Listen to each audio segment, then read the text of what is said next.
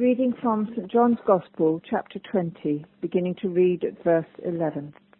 But Mary stood weeping outside the tomb. As she wept, she bent over to look into the tomb, and she saw two angels in white sitting where the body of Jesus had been lying, one at the head and the other at the feet. They said to her, "Woman, why are you weeping?" She said to them, "They have taken away my Lord, and I do not know where they have laid him." When she had said this, she turned round and saw Jesus standing there, but she did not know that it was Jesus. Jesus said to her, "Woman, why are you weeping? For whom are you looking?" Supposing him to be the gardener, she said to him, "Sir, if you have carried him away, tell me where you have laid him, and I will take him away." Jesus said to her, "Mary." She turned and said to him in Hebrew, "Rabboni," which means teacher. Jesus said to her, "Do not hold on to me, because I have not yet ascended to the Father. But go to my brothers and say to them, I am ascending to my Father and your Father, to my God and your God." Mary Magdalene went and announced to the disciples, "I have seen the Lord." And she told them that he had said these things to her.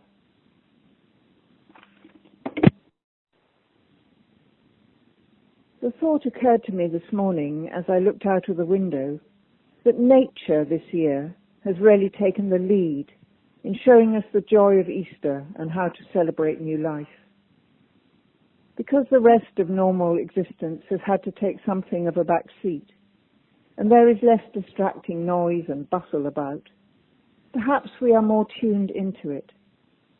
But the glory of birdsong, the freshness of the new leaves on the trees, and the beauty of the blossom all seem to speak of joy in a very special way, at a time when perhaps it is hard for us to feel it or to express it. There is always that background anxiety, that sense of loss and uncertainty, that not knowing. How long will the lockdown go on for? How will we emerge from it? What might we yet have to face? I am reminded of a verse from a favourite poet of mine, Emily Dickinson, that goes like this.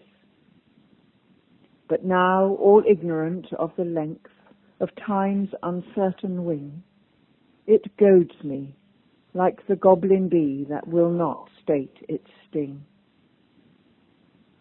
Uncertainty, fear, loss, not knowing. All those emotions and more must have been surging through Mary Magdalene as she remained weeping outside the tomb that morning after Peter and John had rushed back to the others. She thinks that someone has removed the body of her Lord.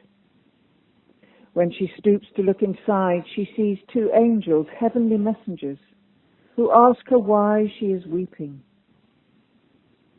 She tells them, "They have taken away my Lord, and I do not know where they have laid him." Terrible uncertainty, terrible loss, deep confusion. Mary sees in the physical sense, but she does not yet see in the inner sense of knowing.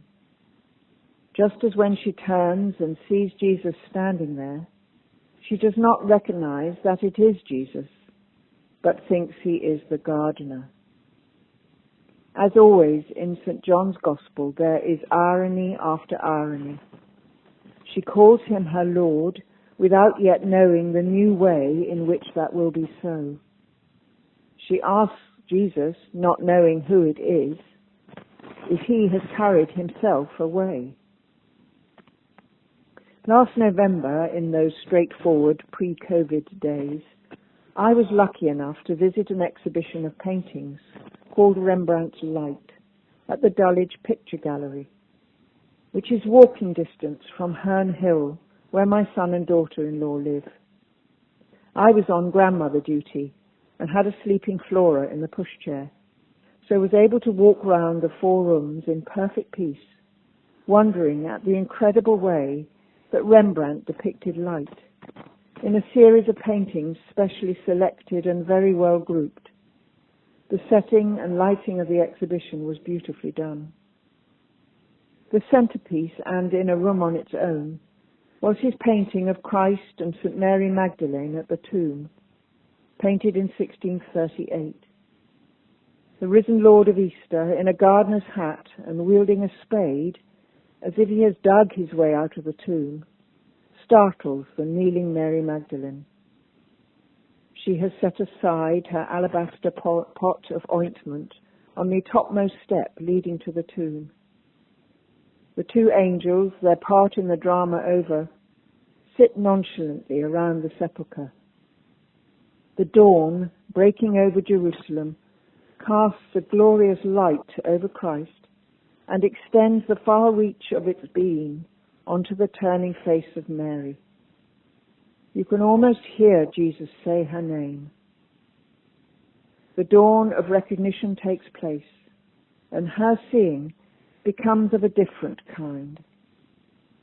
The rising of the dawn and the dawning of understanding was made all the more mesmerizing in the exhibition by a lighting device that, on a cycle and beginning in gloom, cast a gradually brighter and brighter beam onto Rembrandt's depiction of the dawn before fading away once more.